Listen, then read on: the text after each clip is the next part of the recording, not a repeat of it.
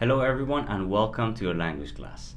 This is the third video in the English Level Up course, a series especially designed for intermediate and upper intermediate learners who want to improve not only their grammar but also other skills such as writing and speaking. If you are new here, my name is Rahim. I have been an English and Spanish teacher for 10 years and I'm also a researcher in the field of sociolinguistics. Today we are going to look at one of the most challenging grammar areas for English learners, the difference between present perfect and past simple. Many intermediate and even advanced learners confuse these two structures or use them in the wrong places. So in this lesson, I'm going to make the difference as clear as possible. Without further ado, let's get started. One of the first things learners often find confusing is time expressions such as this morning, this week, this month, and today. Some learners think these expressions can only be used with the past simple, but in fact, you can use them with either the past simple or present perfect, depending on how you see the time period.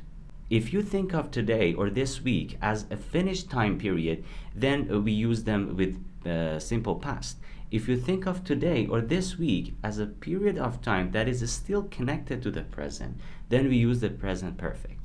Let's compare these two examples. I didn't do my homework this morning. This means this morning is over and I didn't do my homework. I haven't done my homework this morning. This means it is still morning and I may do my homework later. Another common mistake I see is confusion with the word since. When a sentence includes a time clause with since, we usually use the past simple in the time clause and the present perfect in the main clause. The time clause refers to a particular point in the past. For example, since Mr. Johnson became mayor, the rate of crime has increased. My friend hasn't been able to play football since he broke his leg. However, there is an exception. When both situations in the main clause and the time clause continue up to the present, we can use the present perfect in the time clause with since. For example, have you met any of your neighbors since you have lived here?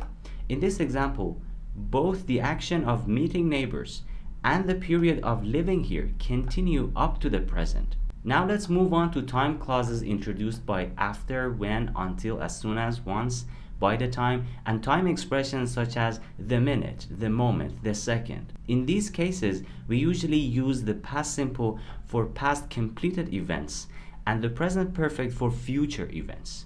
Let's compare these examples. After he left the office, he had a long holiday. So this is a past event. After he has left the office, he will spend 6 months in Vietnam. This refers to a future event. The moment I got the news about my colleague, I telephoned his parents. This is about the past. I will contact you the moment I've got my test results. This is about the future.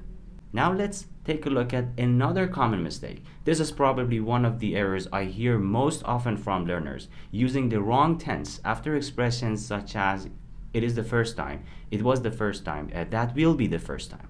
After it will be the first time or it is the first time, we generally use present perfect in the following clause.